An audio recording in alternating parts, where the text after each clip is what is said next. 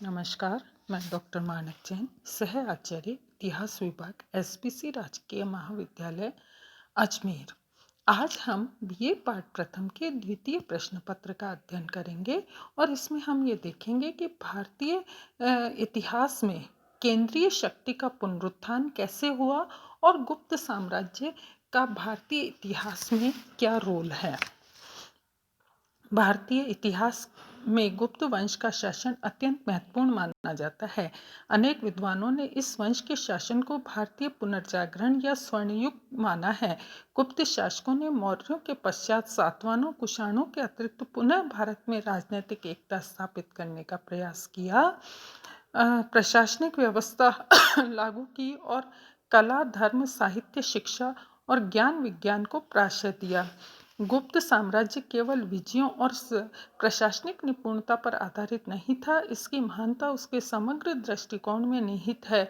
उसकी शक्ति उतनी ही ये फौज ताकत पर आधारित थी जितनी भीतरी अवस्था और आर्थिक प्राचुर्य पर।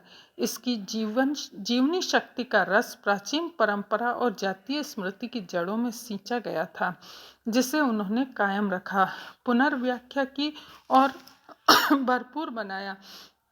मध्य प्रदेश और मगध में क्षत्रिय वंश समूहों का उदय और भारत के प्रति उसकी अटल स्वामी भक्ति सांप्रदायिक प्रसार का इस्पाती ढांचा था। साम्राज्य की भव्यता शासकों के व्यक्तित्व में लिपटी कोई अलग चीज नहीं थी। जनता अपनी परंपरागत जीवन पद्धति में कुछ उदात्त और भव्य पाकर उसे अपने शासकों की महानता में प्रतिबिंबित देखती है। भारत के इस स्वर्ण युग में जीवन जितना सुखी और हमारी संस्कृति जितनी रचनात्मक थी उतनी कभी भी नहीं थी, ऐसा के.एम. मुंशी का मानना था। गुप्तकालीन भारतीय इतिहास को जानने के प्रमुख स्रोत हैं साहित्यिक स्रोत, जिसमें नाटक हैं विशाखा दत्त कृत देवी चंद्रगुप्तम तथा मुद्रा राक्षस, शुद्ध करिचित, मृच्छकटिकम, कालिदास रचित मालविका अग्निमित्रम, कुमार संभवम, रघुवंशम, अभिज्ञान शाकुंतलम आदि स्मृतियाँ, बृहस्पति स्मृति और नारद स्मृति, पुराण, वायु पुराण, स्मृति पुराण, विष्णु पुराण और ब्रह्म पुराण। बौद्ध साहित्य मंजूश्री मूल कल्प और वासुबंधु चरित। जैन साहित्य जिनसेन रचित हरिवंश पुराण और विदेशी साहित्य जिसमें फाहियान का फो क्यो की तथा युआन च्वांग का सी यू की नामक ग्रंथ महत्वपूर्ण हैं।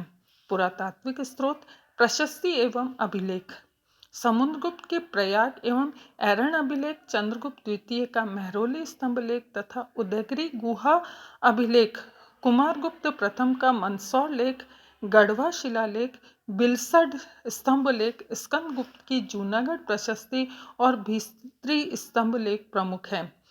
तीसरा महत्वपूर्ण साधन है मुद्राएं। गुप्त युग में भारतीय मुद्रा के इतिहास में नवीन युग की शुरुआत गुप्त शासकों की स्वर्ण एवं रजत मुद्राएं। चौथा है मंदिर और मूर्तियां। उदयगिरी, भूमरा, नाचना, कुठार, देवगढ़, तिगुआ के मंदिर, सारनाथ बुद्ध मूर्ति, मथुरा के जैन मंदिर की मूर्तियां महत्वपूर्ण हैं। पांचवा है गुप्तकालीन इतिहास को जानने का स्रोत चित्र, अजंता व बाघ के चित्र। और छठा है ताम्रपत्र यानी भूमि अनुदान संबंधी पत्र। गुप्त शासकों की गुप्त वंश की उत्पत्ति और उनका मूल स्थान क्या था, इस बारे में भी हम चर्चा करेंगे। गुप्तों के मूल स्थान की भांति गुप्तों की उत्पत्ति का प्रश्न भी उतना ही विवादास्पद है। इतिहासकार इस पर एकमत नहीं है।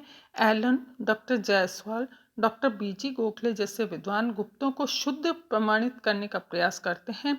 प्रोफेसर हेमचंद राय चौधरी उन्हें ब्राह्मण सिद्ध करते हैं। डॉक्टर गौरीशंकर हीराचंद ओझा, प्रोफेसर गोयल, सुधाकर चट्टोपाध्याय, वासुदेव उपाध्याय आदि विद्वानों ने गुप्तों को क्षत्रिय प्रमाणित किया है। कई विद्वान यथा आलतेकर, अयंगर, मिराशी आदि गुप्तों को वैश्य मानते हैं। इस विषय में विभिन्न विद्वानों ने भिन्न भिन्न विचार और मत प्रकट किए हैं।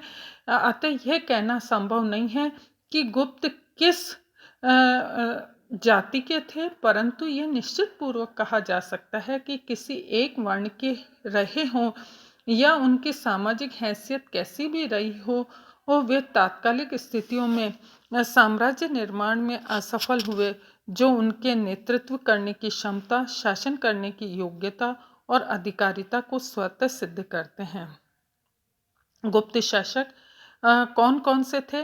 पहला है श्रीगुप्त, जिसका शासन 275 से 300 ईस्वी तक था। दूसरा है घटोत्कच, जिसका शासन 300 से लेकर 319 ईस्वी तक था। यहाँ गुप्त वंश का महत्वपूर्ण शासक था चंद्रगुप्त प्रथम। घटोत्कच के पश्चात उसका पुत्र चंद्रगुप्त प्रथम शासक बना। गुप्त अभिलेखों में इससे ज्ञात होता है कि चंद्रगुप्त प्रथम की गुप्त वंश का स्वतंत्र शासक था, जिसकी उपाधि महाराजा धीराज थी। दुर्भाग्यवश चंद्रगुप्त प्रथम का कोई व्यक्तिगत लेख या प्रशस्ति उपलब्ध नहीं रही, अतः उसकी उपलब्धियों एवं तात्कालिक राजनीतिक घटनाओं के विषय में जानकारी अत्यंत अल्प है। चंद्रगुप्त प्रथम की उपलब्धियां और उसके शासन की घटनाओं का वर्णन निम्नलिखित आधार पर किया जा सकता है। पहला है गुप्त संवत का प्रचलन। गुप्त संवत का प्रचलन चंद्रगुप्त प्रथम के शासनकाल की प्रमुख घटना है। चंद्रगुप्त प्रथम ने 319 से लेकर 320 में एक संवत प्रचलित किया। चंद्रगुप्त प्रथम द्वारा यह स्थापित यह संवत गुप्त संवत के नाम से जाना जाता है। दूसरा है महाराजा धीराज की उपाधि धारण करना। चंद्रगुप्त प्रथम विद्यार्थियों गुप्त वंश का ऐसा प्रथम शासक था जिसने अपने बाहुबल के आधार पर एक स्वतंत्र राज्य की स्थापना करके महाराजा धीराज की उपाधि धारण की। तीसरा है लिच्छवियों के साथ वैवाहिक संबंध। लिच्छवियों से वैवाहिक संबंध की स्थापना चंद्रगुप्त प्रथम के शासनकाल की प्रमुख घटना थी।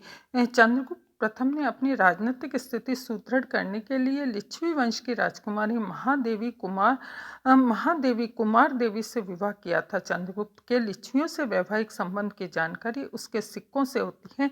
इन सिक्कों पर लिच्छवाय शब्द अंकित है और कुमार देवी की आकृति भी बनी हुई है।